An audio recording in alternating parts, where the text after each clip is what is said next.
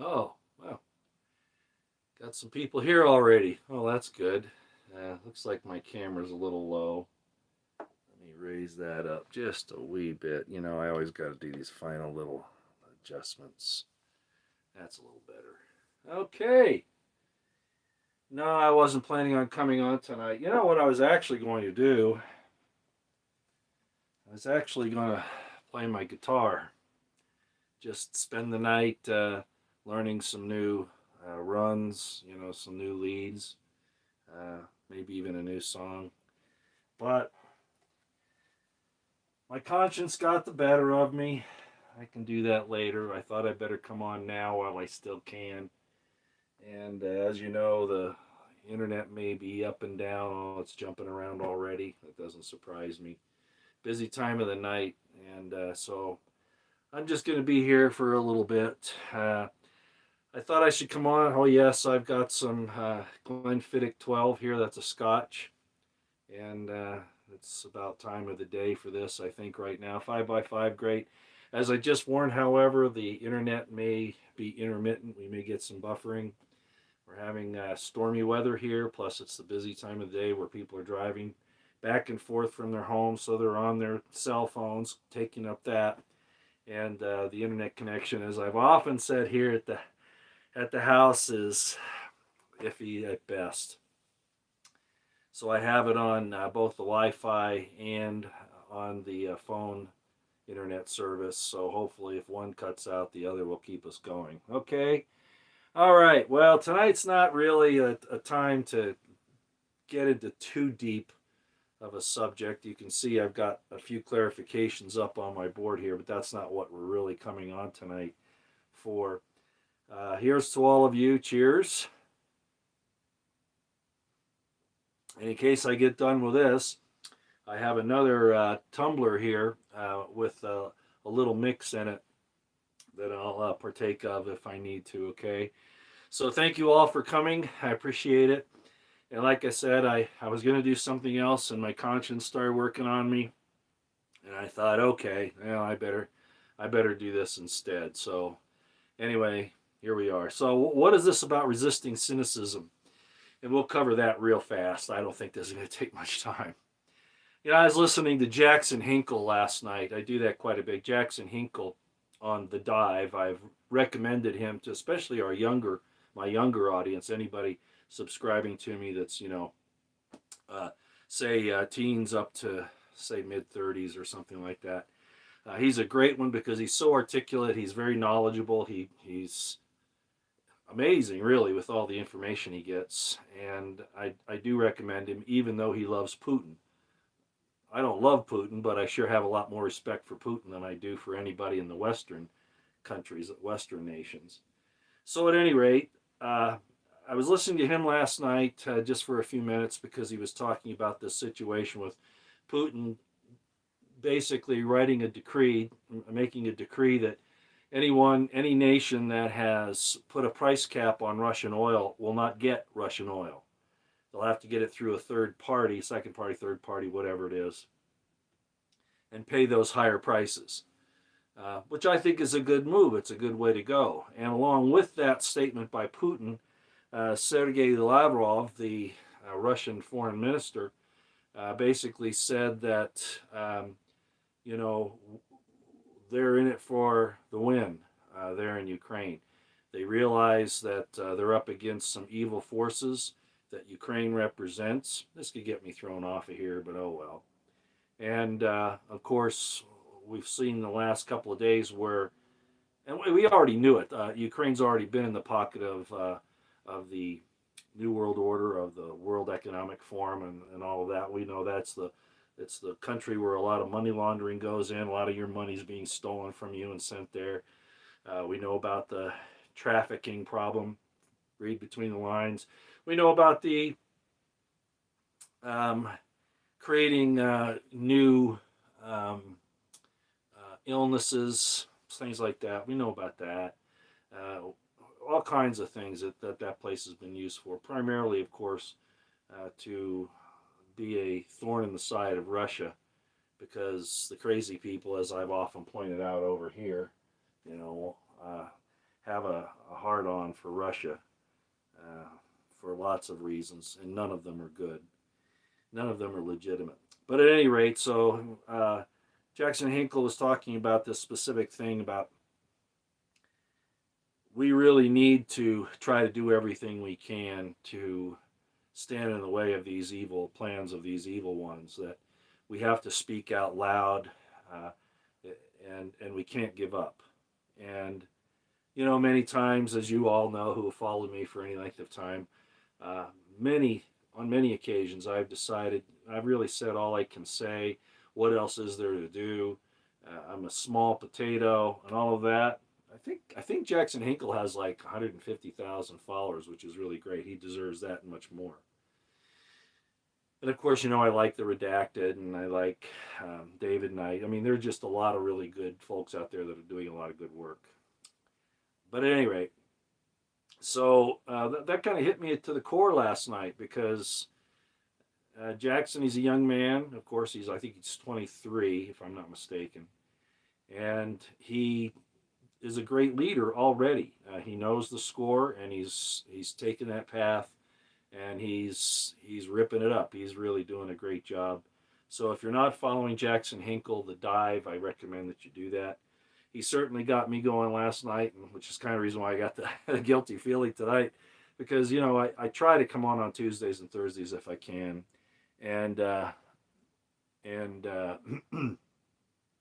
so I thought I'd do it to put my 2 cents worth in. Also, again, to say we can't get tired of this fight. We have to stop and rest every once in a while. You know, even soldiers in battle have to be taken out of battle every once in a while to rest up, get refitted, you know, fed, rested, all of that. And we're no different. We're on a different level than that, but the principle's the same. And so you still need to take time to yourself and rest. But let's not get cynical. Skeptical, yes, we have to be very skeptical of anything government or corporations, or these days, even what the DOC say, right? We just need to be skeptical of them, and you know, as Ronald Reagan said, which I thought was pretty good. Um, I'm paraphrasing, but he said, "Trust but verify," right? And that's probably going too far too. I don't know that I trust, but I'd say, okay, I'll take you for your word at this point, but I'm going to check you out and make sure that you're not trying to do some shenanigan. Okay, trust but verify. I think that's very good. We've lost that in this country now. You're supposed to believe. You have to engage in religion, religious experience, and believe what government and government officials and DOCTORSs tell you. You have to believe. That's not science. That's not reason. That's not logic. And of course, you all know that. But regardless of all that we see happening, cynicism is something else, and we don't want to fall into that where it's almost like a hopelessness. It's almost like you just don't care. You don't. Nothing matters anymore. Uh, you're not going to take that next step of faith. That kind of thing. So let's not go there. Let's resist that. And Jackson Hinkle kicked me in the butt last night, and I want to thank him for that, even though he'll probably never see this. So, at any rate, I thought what I'd do is bring that out. We've already talked a little bit about what Russia's doing. Of course, they're getting ready to kick off their major offensive there because nobody in the West, uh, because the West is basically all a vassal of the United States, New World Order, and all that. No one in the West wants to negotiate. They want to point the fingers at Russia that Russia doesn't want to negotiate. Say, well, Zelensky wants to negotiate. I mean, look, you know, he's saying he's got this peace plan. What, you're going to put Putin in prison and then try him and then hang him? That's your idea of negotiation.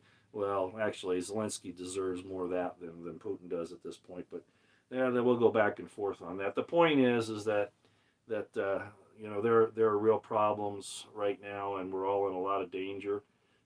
Good reason again to be skeptical, not cynical. And hope is garbage. Well, no, I wouldn't say that. No, I wouldn't say that. It's a substance, as I've often quoted. You know, faith is a substance of things hoped for, and evidence of things unseen. They all tie together. Faith, hope, and love all tie in together. We're going to talk about a little bit of that tonight, but kind of from a joke side, and you'll get that here in just a few minutes.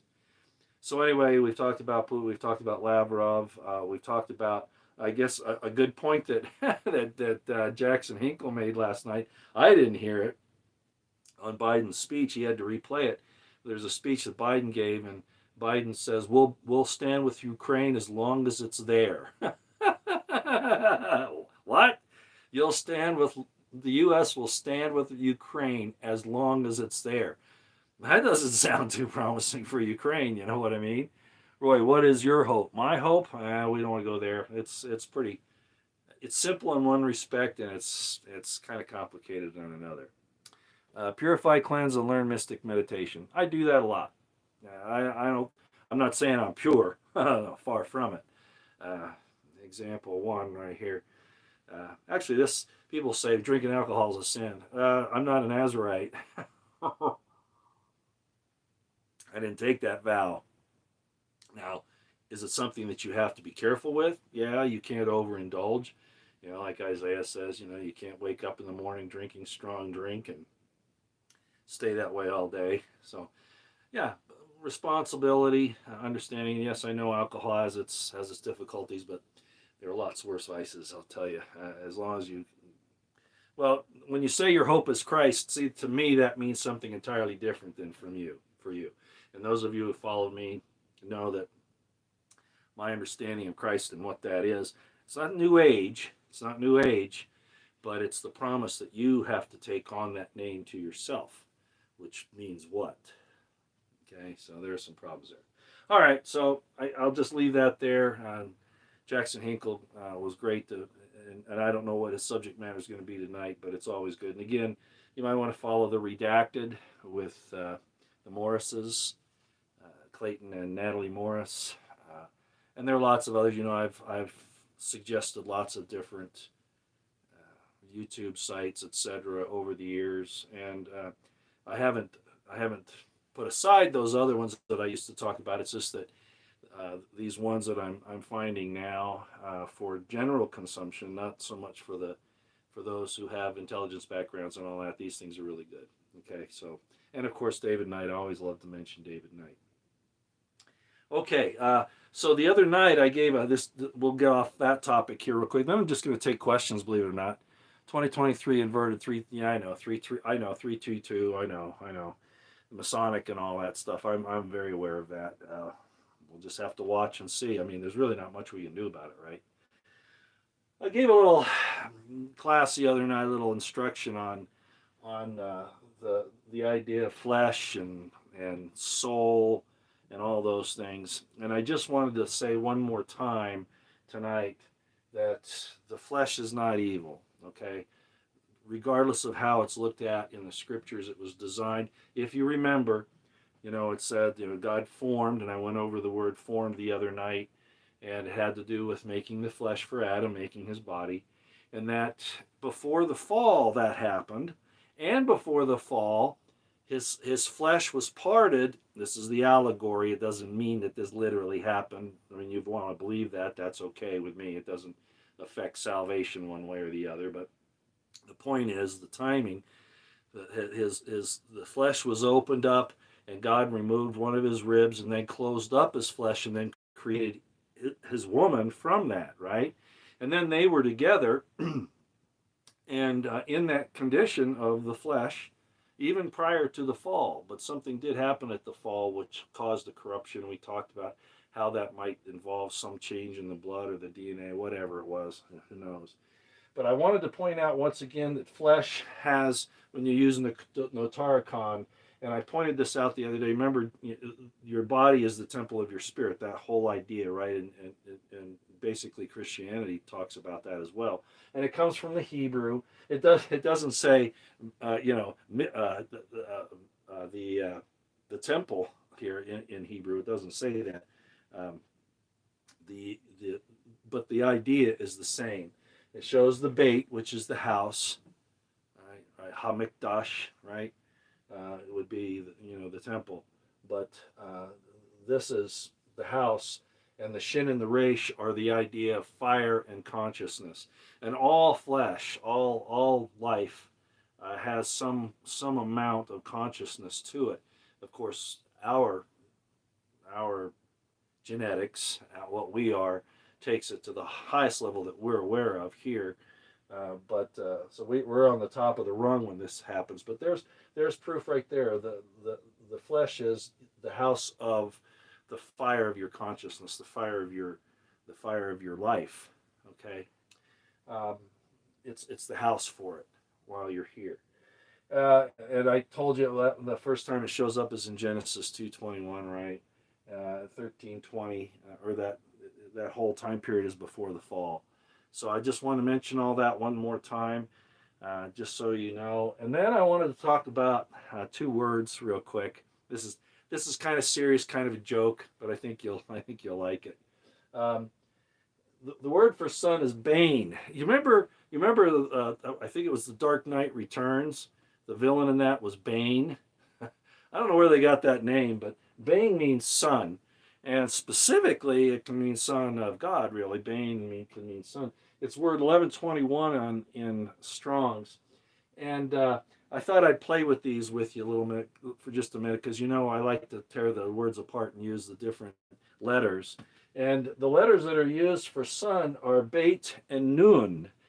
And if you remember, I was telling you, Nun is a fish, which also signifies a traveler, a winged, speedy messenger. They used to see those fish that fly. That's one of where these came from, because they'd be fishing and the flying fish would come out. So that was part of the concept. Winged, speedy messenger. It has to do with the Holy Spirit. It has to do with the Spirit of God. It has to do with your spirit. So really, Bane means the house of the Spirit. Son. So a son houses the spirit of his father. That's kind of the idea. But I'm going to play with it a little bit. This is just kind of joking around. If it's a fish, it's a house where you go fishing, which has some applicability too, actually. Now, daughter's the fun one. Daughter's the fun one. And so I thought I'd bring this up here. Daughter is Beit Tav, which kind of means the dwelling house. And of course, a daughter is going to someday, hopefully, of course, have children. So she's the first dwelling house. So that's kind of the concept of that. There's more to it than that, but I don't want to ruin the joke here. It's word 1323 in Strong's. There's another there's another possibility of this. Have you ever heard the statement that there's man and then there's woman, and woman really means woe to man? Have you ever heard that little saying, that little cliche?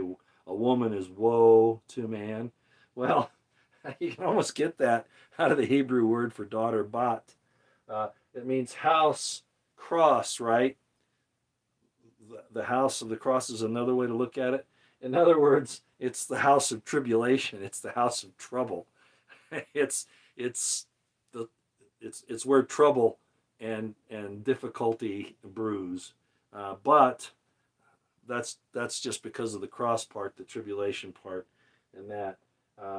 In reality, however, of course, it's the reward. The tav is the reward. So a daughter is a reward. Okay, so just so you know, I'm just playing around here a little bit, but I thought that was kind of interesting. I thought I'd show it to you.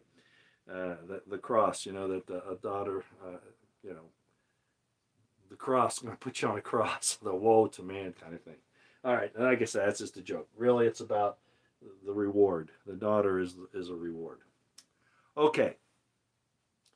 So from that point, we could talk about any number of things. I'm not completely up to speed on all the news that's going on. I mean, there's so much of it, of course, above and beyond anything else. Triple trouble, yeah, that's right. Double trouble, yeah, double trouble. I had 3 sons and 8 daughters.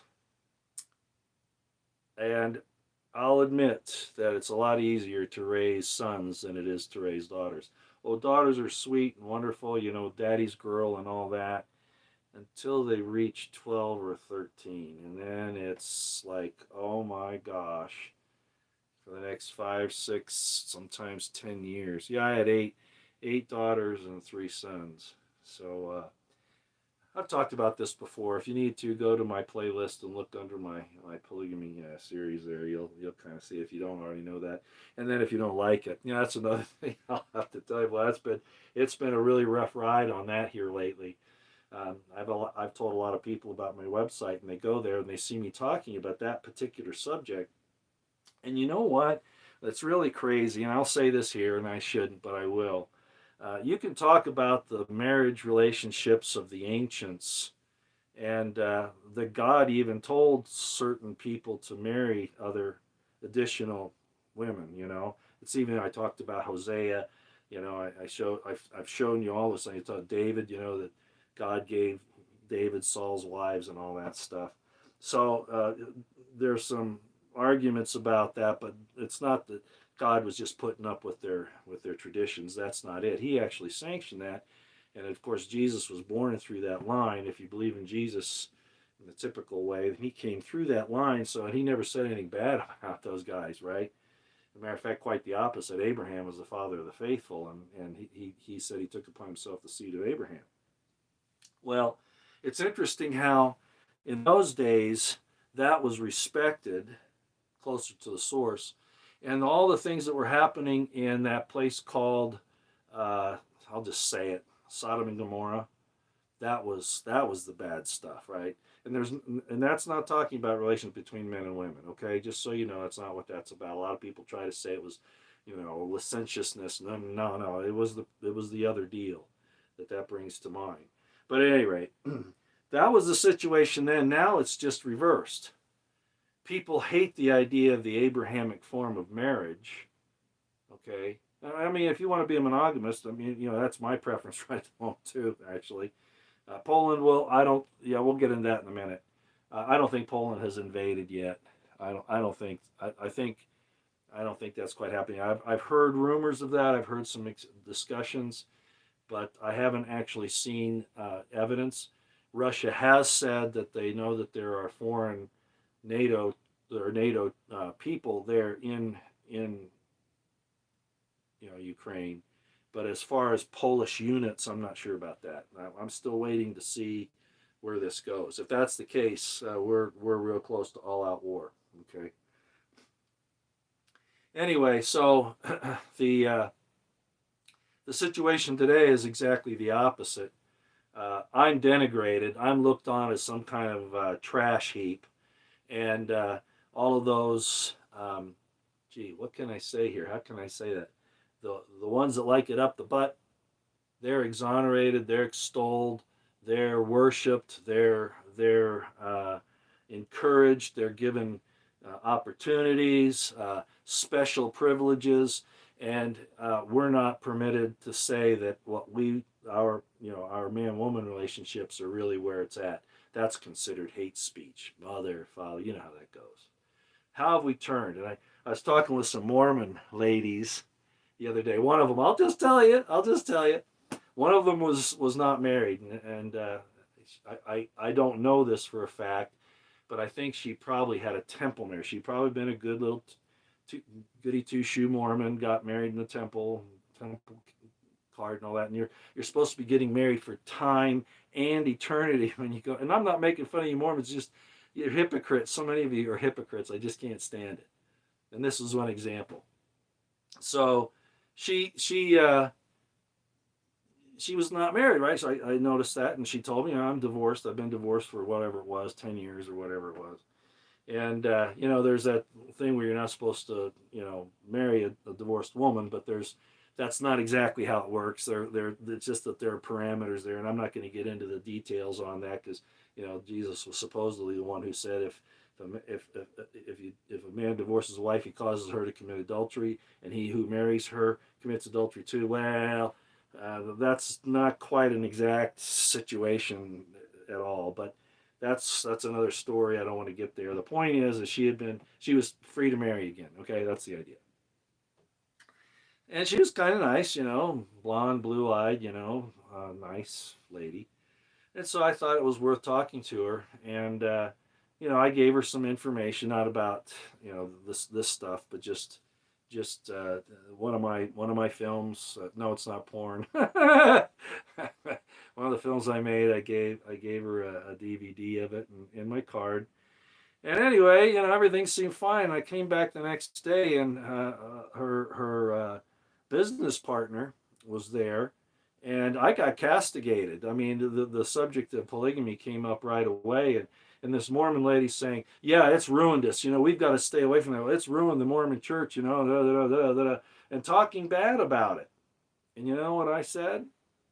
I said, "Well, that's interesting." I kind of explained to her what I just said a few minutes ago. I said, "That's real interesting because in the old days, including when your church was first founded, that was the ideal. And now you're embracing the guys that like it up the rear end. It's the church's formal position." By the way, the situation with ladies and their affections and stuff like that, that's a little different. I'm not going to get into that, but that's not quite looked on the same way as the other, if you can read between the lines. So anyway, the bottom line on all that is we're totally upside down. Isaiah said that the world would go way backwards. Boy, hasn't it. We no longer extol the virtuous. We we uh, we honor the dishonorable and the debased. It's crazy. Roto rooters, yeah. Thank you. That's a good way to put it. And again, I'm not counting the ladies in that. I'd get into the lady on lady thing a little deeper. Christians might not like what I have to say about that, but if you can find a scripture that talks about it, let me know. There isn't one. Okay, there isn't one, and there's a reason for that, which I won't go into here. Maybe privately with some people I will someday. All right. Okay, shifting baseless. Yeah. Can you share the pardon me? Can you share the mystical meditation techniques you've learned about from Egypt? Um, uh, like you spoke. Oh yeah, yeah, yeah. Those really weren't from Egypt. Thank you for mentioning that. They're asking about in my book. Uh, I write quite a bit about the Hechelot meditations in there. That was pure Hebrew. There were some ties to the Egyptian, but where Jesus is doing that when he's in On, he just happens to be in Egypt when he's doing that one time. That's all. Uh, the Egyptian meditations aren't really the Hechelot. Okay, it's really quite a bit different. But uh, in those days, prior to the Kabbalah being used later, as I talked about, the Hechelot was used to ascend through the chambers, the mansions, the different levels of heaven. Uh, and that's what's going on there. And it's really too complicated for me to get into in any great depth here, other than say that they definitely work. You can't use the sacred names of God anymore because you don't have a way to purify yourself. Some people say, "Well, Jesus did that." Man, I'd be careful with that one. But using the divine names to ascend through the seven heavens is what the Hechelot was about. And also the hidden name. And the hidden name is not mystical, it's not occultic. It's so that you know who's talking to you. Okay, that's really the point of it. You select that name for yourself. It's the new name given, and only you and God know what it is. That's the purpose of that. And I really can't get into it any deeper than that. What you could do is, I wouldn't go get one of the modern Kabbalah books. I wouldn't do that. If you want to look into it, admittedly, the Sefer Yetzirah was probably not directly written by Abraham, but the tradition, the information was probably handed down from that individual we know as Abraham. It's called the Sefer Yetzirah. Sefer meaning book, Yetzirah meaning creation, so it's the book of creation. You can also get the Zohar, but it's a little bit too much, and it's quite a voluminous work. But the Sefer Yetzirah, you can get it. It's all in one book, about the size of, I don't know, about the size of, something like this, And admittedly, it was put together by the rabbinic um, Talmudic Kabbalists, probably around, and I'm a little off on the date here, probably quite a bit, but probably around 1000 AD, something like that, right around the time period when the Kabbalic masters were really getting going. But it could have easily been handed down, some of the methods, and then they just basically wrote it down what they knew. Um, I have engaged in some of those meditations. Some of those meditations are in my book without the divine names being used. There are a couple of them. El Shaddai is used, which isn't really one of them, but it is, but it's on the lower level. El Shaddai, El Elyon, those. But then we're actually talking about some other names, and they're really attributes of God, and those are used to ascend through the heavens. All right, and yeah, that really does happen. You really have to be in a good frame of mind. You have to fasting before you do it. Some of the Jews eat a little meal prior to. Uh, I've done it that way too, and I think fasting prior to is probably the better way to go. Just so you know. All right. So enough of that. I just wanted to kind of play with those a little bit. Yeah, I thought that part about the daughter was kind of funny. The son is the house that goes fishing. Just joking again, and the daughter is double trouble. So kind of funny. So don't pay attention to the board anymore. I should just erase it, but I'll leave it up for now. So anyway, anybody want to talk about anything in particular? You got any specific questions? I know I've probably missed a bunch of questions already. Let me back up here and see if I see one. No, I won't do a video on it other than what's in my book on the meditations. Okay, it's just to, first of all, it's a very personal thing. I'm not saying that it's so sacred you can't talk about it, but it really and there are people that will talk about it. I won't go into it to that depth. Get the Crimson Thread. You can get it online. If one of my moderators is here, they could probably put up the website because the book's out of print. I'll do it afterwards if I remember. I'll put the website in the description box, and you can go there and read it. And the actual meditations, the biggest part of them are in the 10th chapter of that book. Okay.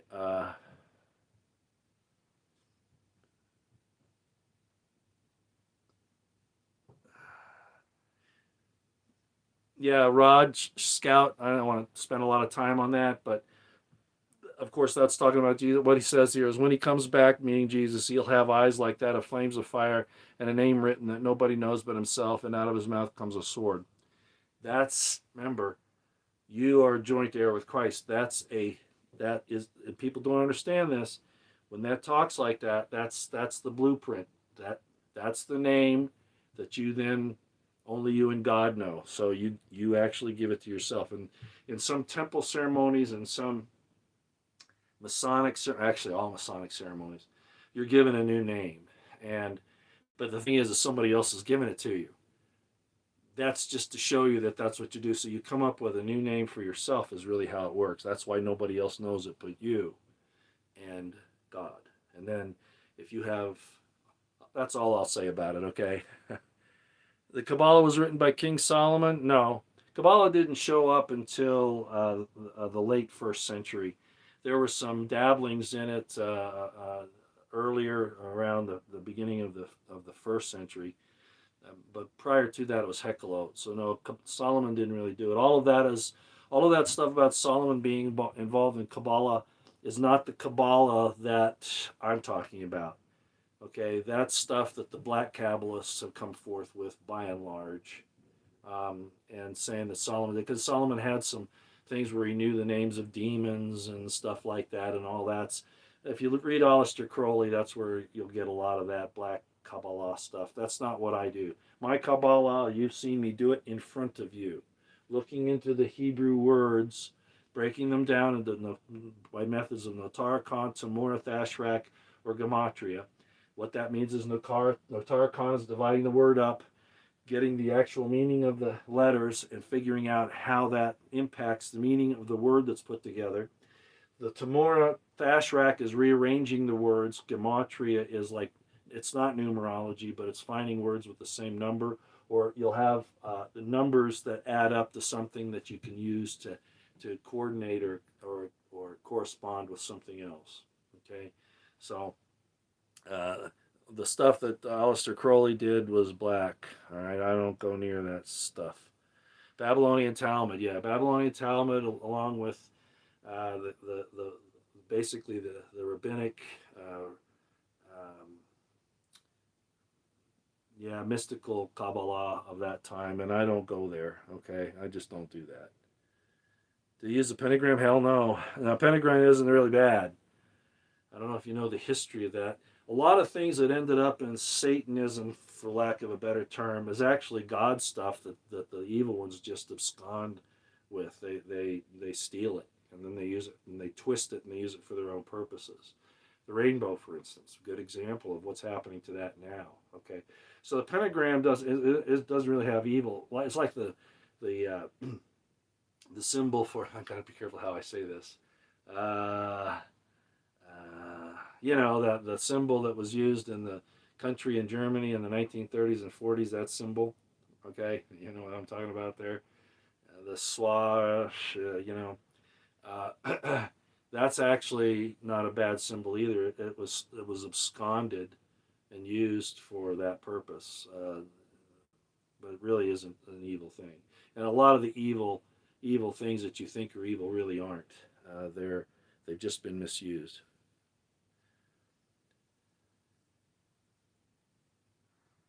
Yeah, I've heard about the Brunson case. I have.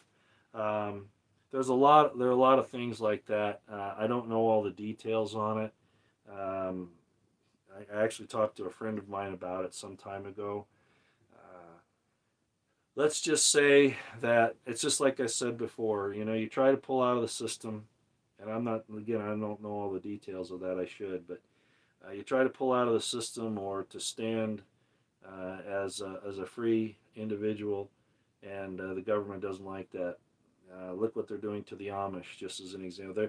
And I said this some time ago. They're probably as removed from Babylon as you can possibly get, and Babylon still comes after them. All right, that still happens. I'll try to remember to look that up though. You had dreams. Did you ever see a dark lit circle or sphere? No, can't say I did. No, Dr. Data, I'd be careful about associating Russia with the King of the North. You know, Christians have said that was Gog and Magog and all that. Well, they're more Christian than we are right now. I mean, look at the examples.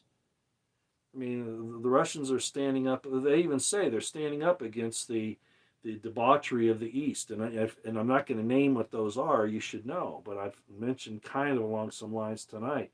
You have the thing with kids in the schools, and you have things with the dancing queens, and you know, uh, cutting organs off, changing what God has ordained. You know, Russia doesn't do any of that. Sorry. No, this is the evil place right here. This is it. That's it right there. We weren't supposed to go down this road, but we did because too much liberty without responsibility. Liberty actually means freedom, but with responsibility. Okay? Well, they turned that on its head and have used it against us. And now it's anything that these evil ones say in DC, anything they say goes, but you can't believe in Jesus Christ. That makes you a hater. You see? It's all turned around. The world will go away backwards. Call evil good and good evil. No. Net Surfer, you're saying why did the Jews change their language from Paleo Hebrew Canaan to modern Hebrew Babylonian? The Paleo, I'll give you a real quick history lesson. There's really nothing evil about it. There really isn't. The Paleo Hebrew was very close to Phoenician, and when the Hebrews went through their trials and stuff, they wanted to withdraw as much as they could from anything that associated with anything other than themselves. In other words, they wanted their own identity. So they made the block Hebrew forms. There's nothing wrong with that. And they're interchangeable. If you know the Paleo Hebrew as compared to the block Hebrew, they're exactly the same. The only difference is, and it's somewhat major in some regards, there are three letters in the Paleo Hebrew. Let me rephrase that. There are three letters in the block Hebrew alphabet that do not exist in the Paleo Hebrew. Okay? The Samic, the Tet, and there's one other, and it's slipping my mind right now. Anyway, there are three letters that don't belong. I can tell you. Hold on a second. The Samic, the Tet. See, this comes in handy sometimes, right?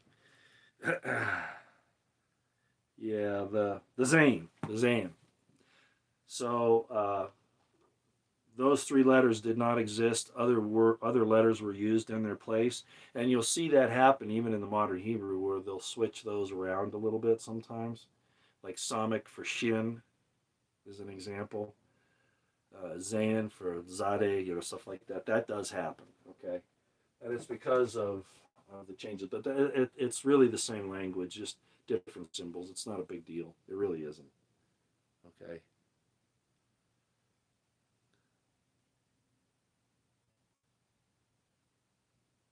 Yeah, everything that we're doing with the WHO is treasonous, everything.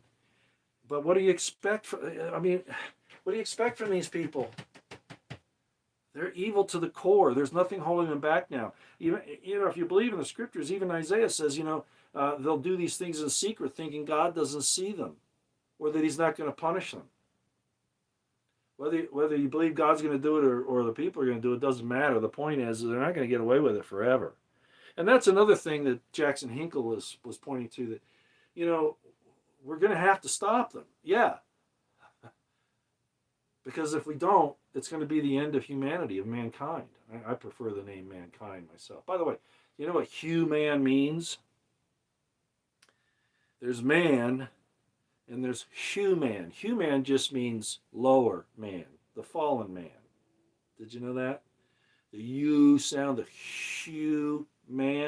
So there's man. God created man in His image. Human is the fallen man. Did you know that? That's what that oo sounds. And that's why when I hear people thinking that they can pronounce the YHVH with a U in it, I tell them that they're wrong. It cannot be that. There's no way that God would allow that to be in His name, that U. That means bad. That's under. That's ooh. Okay? And people that have been teaching that that's how you pronounce that are absolutely 100% wrong. Okay? Human means fallen man, so there's no way that God's going to have a ooh sound in that YHVH name. Nope, ain't going to happen. Now, Yeshua, the idea of Yeshua, of course, God coming down to earth and taking on the form of man. There we go with the human, the Yeshua. So you can kind of sound. Does that make sense to everybody? Yeah, that's right. Crack Shot 322. It's an 8,000-year-old East Indian symbol. Very good. Thank you for bringing that up. Yeah, okay. Hey, this is a good one. Thank you, Chris Hickson. You bring a lot of good stuff here. And everybody does. I just noticed this from Chris. He says, I would suggest everyone read Alexander Dugin's book, The Great Awakening. It will give you an insight into the Russian mindset and Putin's motives. Yeah, probably a good idea. Okay.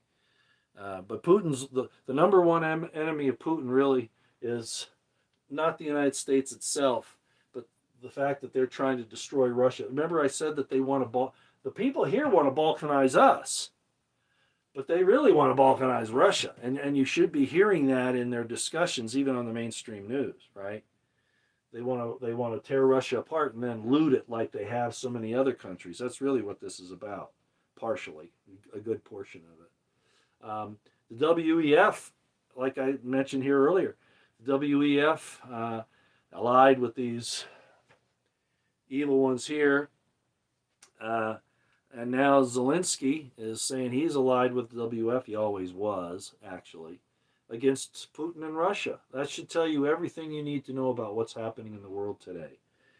And the Ukrainian people and those in the United States, Americans who have Ukrainian descent and don't don't really understand what's going on here. It's shameful actually that they don't really understand what's happening.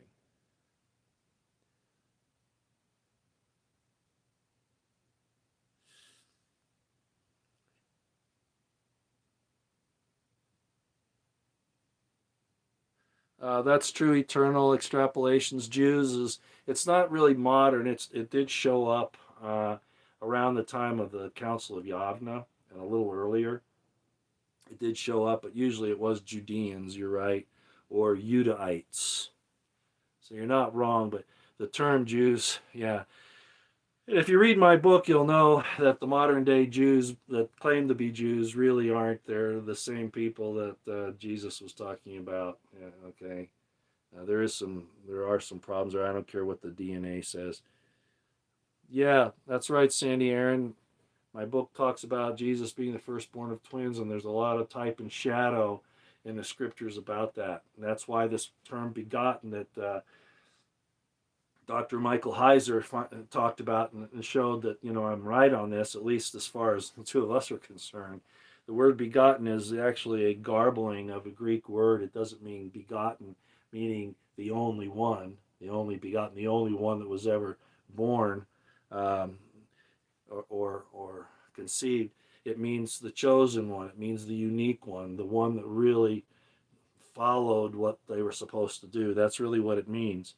But in the whole history, the scriptural history, and even in other religions, this idea of twins keeps coming out. You have the twin gods in the Greeks and the Romans, and you have Cain and Abel. You have um, Isaac and Esau. Well, not Isaac and Esau. You have Pharez and Zerah, right? You have all these different types and shadows of twins, and the first. That's why the genealogy is so important, and why they use the crimson thread to identify the firstborn. You remember when uh, you had Pharez and Zerah, and one of them stuck their hand out and broke the matrix, and he was the one that got the crimson thread. So the matrix is, the birth canal, in case you didn't know. So the birthright was very important, and it was so important that when twins were born, they wanted to make sure they knew who the firstborn was. That's how that works. So yeah, and if you don't understand what I'm talking about, you can read my book, The Crimson Thread, and it gets into that quite a bit. Yeah, Jesus was the oldest of two twins, of twins. And Judas Didymus Thomas. So Judas was actually the twin, the one that you read in the New Testament. Judas Didymus Thomas. Judas Didymus is Greek for twin. Thomas is Aramaic and Hebrew, Tom, for twin. So they're telling you that he's a twin of somebody, and they're really emphasizing it. Okay. Well, who's the subject of the story? Well, Jesus. Hey, Jesse, glad you're here. Yeah, I wasn't going to do this. I guess you heard about my conscience bothering me. God is your conscience, nothing more. Yeah, I think there's a lot of truth to that. Dick Jackish. Yeah, because God writes His law in our hearts and in our minds, and that's really the root of our consciousness. And if we were honest, that's why the two great commandments are so important. You don't have to get into all those. The Jews will hate me for this, and even some other people, but get into all those other, nit and gritty, nitpicky laws. And it really comes down to just treat other people like you'd want to be treated, number one, and honor God, have reverence for Him. Yeah, that's, if you got those two, you're pretty well on your way. That's why I get upset with people saying, if you don't convert to my form of religion, you're going to hell. I don't care who you are. I don't care if you're a Catholic, Jehovah's Witness. I don't care who you are. You say that, and you're playing the part of the accuser. Okay, you can't do that. Let God work with His people the way He's designed. He does it. Okay. All right. You know how I am about that. Yeah, that's right, Jesse. Russia's been sending missiles, as Alexander McCurry says, missiles. He's British. Missiles into Ukraine. It's been the biggest bombing campaign since February. They're 100. I think they're saying they're up to. Last I heard, they were up to like 120. And the most we've ever had in the past is maybe 70 to 100. And they're hitting not just the rest of the electrical infrastructure, and that's not civilian. That those are military targets. I know people don't understand that, but they really are military targets. Uh, and then, of course, they're hitting the anti-aircraft units now pretty hard. Yeah, I think they're getting ready to do their thing. Uh, they're not going to wait till April. It's not going to be that long. Um, they're gonna launch this. They really already have. You know, you've got that whole thing going on up there in Bakhmut, that area, which is pretty severe. I think once that's done, once that's ready, I think you'll see it launch the whole thing across the whole front. And yeah, I think it's at the point now where they're going to take Odessa, and I don't blame them. I don't blame them a bit. I just hope the poor innocent people get out of there. Although like in Kiev right now, the people aren't allowed to leave. Hey, that's breaking a law of war right there. Did you know that? Not evacuating a possible war zone. So the leadership there in Kiev is telling their people they can't leave. They're using them as human shields. That's really what they're doing. So they're out there blaming Putin for being a war criminal. Well, that's prima facie evidence right there, and they've done that a lot. Um, some time ago, when a lot of people were trying to leave Ukraine before this thing really got going back a few years ago, um, back a year ago, a lot of folks were just trying to get out of Ukraine. The Azov people, I think I can say that, but the other term would fit better. We're killing them. They weren't just tying them up to poles for dissent. They were actually hunting them down. If they were trying to leave on a road, they'd pull the car over and kill them. Men, women, children.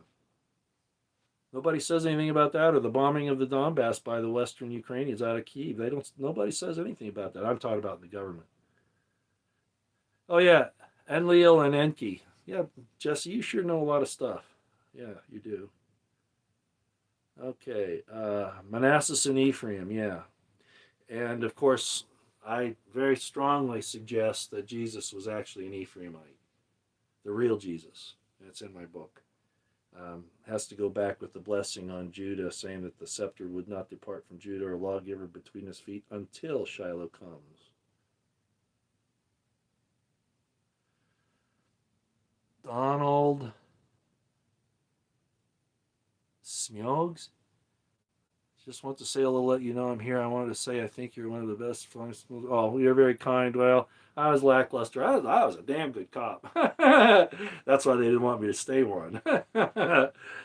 Army officer, I struggled there for a lot of reasons, which I won't go into, but I did struggle there. A lot of it had to do with certain people in positions of power putting me down and causing me problems. And that influenced some of my outlook, but it was also what I saw, what I was finding out about. I'll just give you an example. This is an example I can say without really getting too detailed. I was at the Commanding General Staff College. I was a major. Commanding General Staff College is where they send majors and lieutenant colonels to learn how to be general staff officers. It's S1, S2, S3, S4, S5, all that. And maneuver warfare at the corps level. For those of you who know how that works, writing up op orders, doing intelligence preparation of the battlefield, all that stuff. History, you do military history. There's a lot of stuff that happens at CGSC. Well, the Gulf War broke out. I'm talking about Desert Storm, the first one back in 1990, and we knew it was classified at the time. It no longer is, but I was sitting there and we found out. We actually saw it happen. Ambassador Gillespie told Saddam Hussein that the United States would not interfere if he invaded Kuwait, because Kuwait, of course, was drilling sideways into Iraqi oil fields, and that's really what that was all about. So we told Saddam Hussein that we wouldn't get involved. Well, that was a setup, because we did. We made this big hoop-de-doo that he was going to invade Saudi Arabia, and that was baloney. But At any rate, so that's what was going on. But what the point that I'd like to make is not just that we baited Saddam Hussein into that. Talk about war criminals, and then we hung the guy, hanged the guy, hanged the guy. I could talk a lot about. I see these academics and these people talking about the war crimes of Russia and Putin, but they never want to point at the war crimes that we've done, and that's one of them right there. But anyway, so I'm at Command General Staff College, and these officers, primarily the majors, are all complaining that they can't go to war to get their next promotion. They didn't give a damn who got killed. They just wanted their promotion. Just one of the things that I saw when I was in there, and it disgusted me. Okay, that's just one example. I could give you a whole bunch more. All right. Tall means twin, really, in its basic down, like Didymus in Greek. Tall means twin, really. A brother, yeah, but doubting Thomas didn't happen. Let me ask you a question. And I'm going to get a lot of Christians upset at me here for this, but I'm sorry. It's just the resurrection happens, right? Of Jesus. And, the apostles are all together and they're saying some are not believing, one of them being doubting Thomas, right? Right. Well, Jesus comes and first thing he does is eat a fish. I can buy that. I can buy him eating a fish, a resurrected being eating a fish. I can buy that.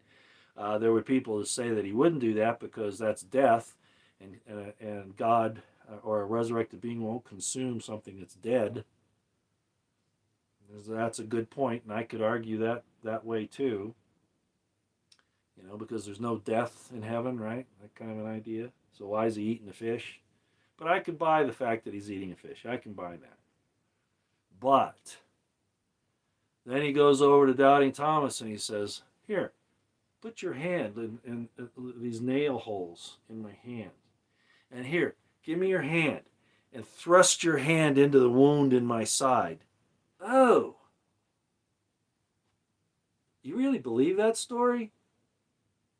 They had to use that kind of imagery to convince people that Jesus was resurrected. Thrusting a hand into the spear wound in his side, reach in there. Why don't you just grab his heart and give it a few pumps? And I'm not being sacrilegious or blasphemous. I'm saying the story is blasphemous. It was written long after the events actually occurred. And you have these miracle working wonder tales like that to try to add more impetus to the storyline. You really think Jesus is going to take somebody's dirty hand? It's been all over the fish. They've been eating those fish. They probably haven't. Jews would wash their hands before they ate. Okay, but you really think that's going to happen? I don't believe that story. Sorry, I don't. I never have. It's one of the things in there that causes me a lot of grief. Just doesn't make any sense. Yeah, that's right, Wide Awake and Energy. God's name is literally written in our DNA. One of the guys that first did that, I used to have his book. I can't remember his name right now, but it was called The God Code. And he was originally a computer scientist. Some of you might remember his name. I can see his face, and it's right on the tip of my tongue. But yeah, he wrote a book, and he showed how the DNA is actually the tetragrammaton. Yeah. Yeah.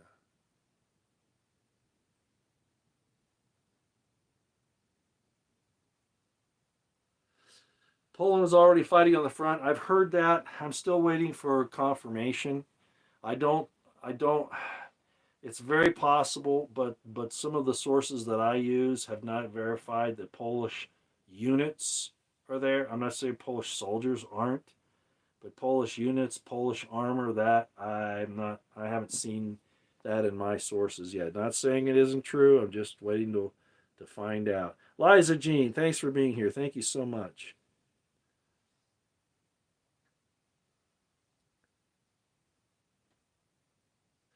There's this argument. I just saw this. Somebody said, anyway, I can't find it now. Ukraine is considered by some Jews to be the heavenly Jerusalem, and there's some credence to that, which might explain also a lot of the things that are going on there right now. There is something to that. Okay, there is something to that. No, no, Kurt Below. No, no, no, no, no. No, I'm not going to talk about that. I've already said enough there. Some things are just not, we're not supposed to. A lot of wars over usury. Exactly. Exactly, Eliza Jean. Um,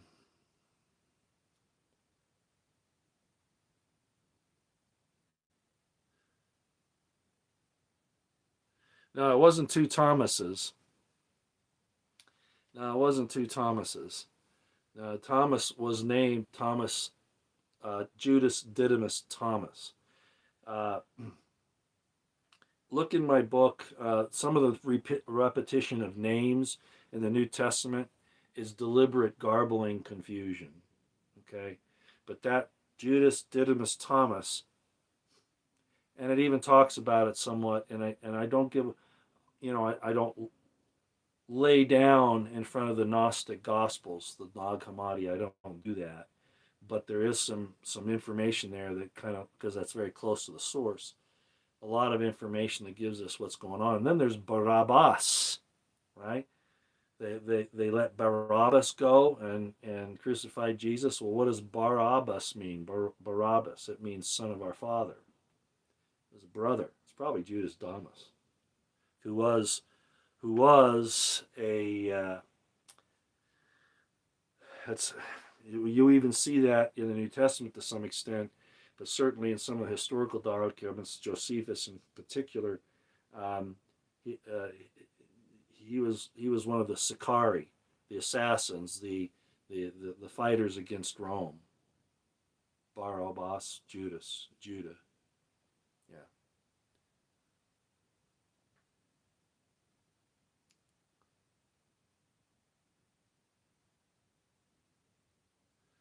I probably don't know enough about that. Somebody's asking me about the Sesame Particle Accelerator and all that. I know about CERN. I consider it to be a very bad thing. Uh, Jesse could probably answer that better than I can. Well, I know he can. But I don't think that there's any doubt that they aren't trying to open a door to other dimensions and invite something in. Greg Brady, was it Greg Brady? That doesn't sound quite right. The one that wrote the God Code, Greg. I don't think the last name's Brady, but it might be. But that's close. Braden, that's it. Greg Braden. Thank you, Debbie Donovan. You knew about that, Debbie. Hi, Debbie. Happy New Year, Debbie. Yeah, Debbie's. I've had her on my show a couple times. She used to be a bartender, and I had her on a nightcap, and we talked about what it's like to be a bartender, and then we had her on to show what it's like to be a Democrat that supports Trump. I think that was the concept, anyway. So thanks, Debbie. Yeah, Greg Braden wrote the God Code. Yeah, and he talks about the DNA being another that the YHVH in. There's one change, but that change he explains as being that God uses nitrogen instead of carbon. Yeah, that's really good. Thank you, Debbie. Greg Braden. Yes, yes, that's the one. Debbie Donovan saved the day. Yeah, the interlinear Bible is very important, and I've talked about these before. The Hebrew, Greek, English, and then you need, as I've said, you need Strong's as a minimum, or Brown, Briggs, and Driver. And I also use Gesenius, which is the Hebrew lexicon. And these books aren't without error or without bias and prejudice. So you have to be willing to look down past their definitions sometimes, because, like I do, when I take the word apart, some of the things they say. Um, let's see, what was one I did recently? Concubine, uh, the cock, the cock. No dirty minds here, guys. The cock. Dalet, Kuf, Vav. I'm sorry, Dalet, Chet, Vav, Hey. Um, they tried to say that it was most people, even Gesenius, started to say, well, it means musician. It's talking about that the king didn't want musicians in his chambers. Well, that's not what the word is. That was the traditional thing because they were trying to get off the subject of that word meaning concubine. And Gesenius finally admits that, but you got to read through his information to find it. Strong's doesn't even explain that. He sticks with musicians, minstrels. The caw. The caw means one of the words for concubine.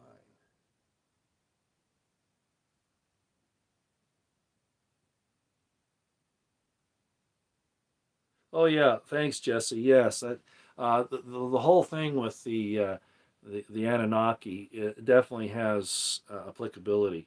Both, I mean, it goes back to Sumerian culture, right? The Sumerian gods and all that. Um, a lot of people have this respect for Gilgamesh. I didn't find him to be all that honorable, frankly. But the story of Enlil and Enki is interesting, especially when you throw in Psalms 82. Okay, especially when you throw in Psalms 82. Well, we've been going for an hour and a little over an hour now. Maybe I shouldn't hold you all any longer, but I did want to come on. We've hit some really good subjects, some politics, some military, some of the other crazy things that are going on in the world. Um, the dollar's in trouble, and it deserves it with what we've done. A lot of nations are backing out. You know about that, right? Especially with this silly stuff the EU and the US is doing with these sanctions on Russia. People are saying, humbug. We're gonna start dealing with Russia in a different currency. So there are currency wars going on right now, and even with all the power that sits here in D.C. controlling things here and even down here, they're gonna lose. I've said for a long time that Russia is to the United States as Assyria was to the northern kingdoms of Israel, and Russia is going to destroy this. Not wholly without the consent of the people in D.C. who want that anyway, and of course the people in Brussels and in Davos and in New York and London. A couple of people reminded me to say the Vatican. So anyway, I'm going to finish up my scotch. I've got some. I got to show you this. Water and scotch. I know my limits. It's like Dirty Harry said. A man's got to know his limitations, and I do. Uh, every once in a while, I try to step out and take on a little bit more than I'm able to. My life as a husband to four wives was an example of that. Of course, there were other things that were happening with that. The Mormon Church persecuted us, did horrible things, as well as the state of Utah. The feds, not so much. The feds just didn't want us to go down that road because, in the long run, they were talking about population control. That was where they were going. Remember, Kissinger was talking about population control, controlling food and all that, control world population back in the 70s. So me coming up and saying, these women who can't find husbands, I'm gonna do that. Uh, they want to, and I'm going to, and we're gonna do it. And we raised kids, but the persecution was a little bit too much. I was a little young. I didn't know that I shouldn't put that kind of pressure. I probably once I got fired from the police department, I probably just should have.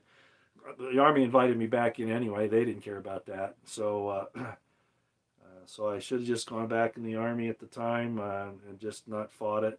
And maybe my my loved ones wouldn't have gone through all that horrible uh, persecution and everything that happened. But I have a police officer friend from that police department, Murray, Utah. I won't give you his name, but he was a buddy right from the start, and he can verify all the stories that I tell because he was there on most of them. But I was told at the hearing when they pulled me into the hearing, they said, "Roy, if you just," they said, they're your girlfriends, right? And I wanted to honor them, not as mistresses or those types of things. I wanted to honor them and the kids. So I said, no, they're my wives. It's a semantics thing. I was not legally married to those ones, but a lot of the police officers had girlfriends on the side that they even cohabited with. But like I've said before, the thing that got me in trouble was why I was doing it. It was a spiritual thing. They couldn't have that. And of course, it went against the Mormon church that controls Utah. But anyway, they said, yeah, just say they're your girlfriends. And I wouldn't do that. And then, and Alex told me to do that too. I just gave you his name. I shouldn't have. Damn it. Maybe this is affecting me a little bit. My friend said, yeah, don't do that. Just say they're your girlfriends. And later on, he says, oh, Royston. He'd always call me Royston. Every time I hear the Blues Brothers, I think about you. And I think, what are you talking about? And he says, I'm on a mission from God. We're on a mission from God. So Royston's on a mission from God. Yeah, so it's kind of a joke, but that's kind of how I looked at it in a lot of ways. I really, I was kind of presumptuous in that regard. As I've often said, um, my wife Carol. Oh, I gotta show you something. I found something the other day. Give me just a second.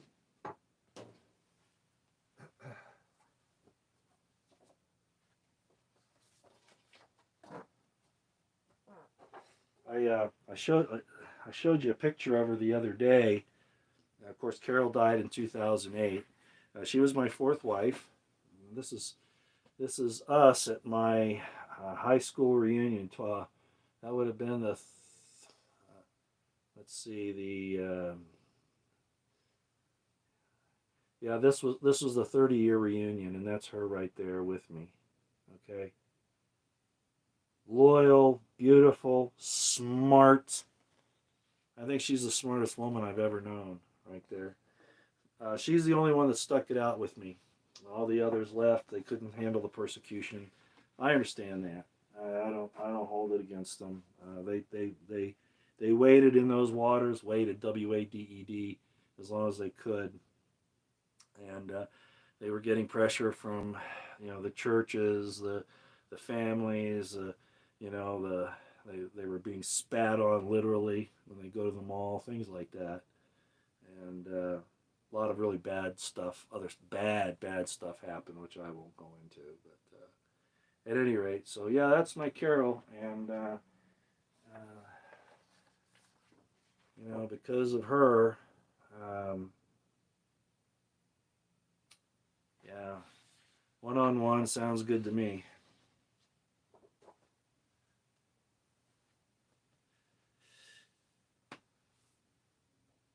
I didn't even want to go there tonight, but I did. I'd show you some other pictures too, but I probably shouldn't. Some of my kids are in it, and I don't think they'd object, but I'll just give them the respect and not put it up there. By the way, I was telling you that this is another thing. They are. I don't know when it's going to be done. Like I said several months ago, the publisher who published my original autobiography is in the process of publishing it again. But it's kind of it's a small family business. They do a lot of work. They publish a lot of books and things, but it's a labor intensive job. If you've ever printed a book, sorry I'm out of camera here, but I got to put this back easy so I don't. It's one of my last copies. Um, they are doing a reprint, and I'm not sure. I was hoping it might be ready before Christmas, but obviously it hasn't. It hasn't been finished yet. But when it is, I'll let you know. And if you really want a copy of it, you can order it from them. Okay, that'll explain a little bit. And I have not been convinced to write volume 2. That goes up to 96. I haven't been convinced to write a second volume that goes from 96 to the present. Just haven't quite got the motivation right now. But we'll see. Man, I'm wasting your time now. Everybody, y'all take care. I'm sure this last little bit of subject matter that we've had the last few minutes, people pulling their hair out and yelling and screaming heresy and debauchery and all that. Well, like I told those Mormon ladies, that was a respected form of marriage, and Jesus never said otherwise. Martin Luther even said that it should come back, and the Jews today say that the Messiah won't return until it's reinstated, because there was a Jewish rabbi in 1000 A.D. who, to appease the Christian neighbors, because they were kind of upset about it, prudish people. Maybe this is the Jewish rabbi talking. I forget his name, but he says, we're gonna ban that until for 1,000 years, so that we don't get the Christians upset. Well, that 1,000 years ended in 2001. So the prohibition against it, as far as the rabbis are concerned, is gone. And the Messiah won't return until it's fully instituted. So there we are. I'm not saying that's the case. I'm just saying that's how they look at it.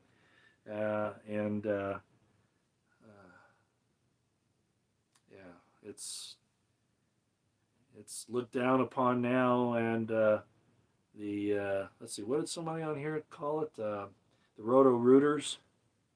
They're held up in high esteem. They're held up in high esteem, and all of that business. Again, the lady thing is another subject altogether, but I'm not going to get into that here. Okay. All right. I think we're done. I hope we had a little bit of fun tonight with some of this. You got to lighten up every once in a while. Let's not be cynical. Let's get out there and stand up and be counted, because if we don't do it, nobody else will. Thanks, Jackson Hinkle, for kicking me in the butt last night. You're a fine young man.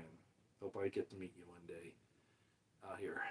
Oh, eyes on the horizon, ears to the ground, situational awareness on high, prep, pray, stay out of the way. Right? But that doesn't mean that you don't speak out and that you don't take action when you can. And self-defense is always legitimate.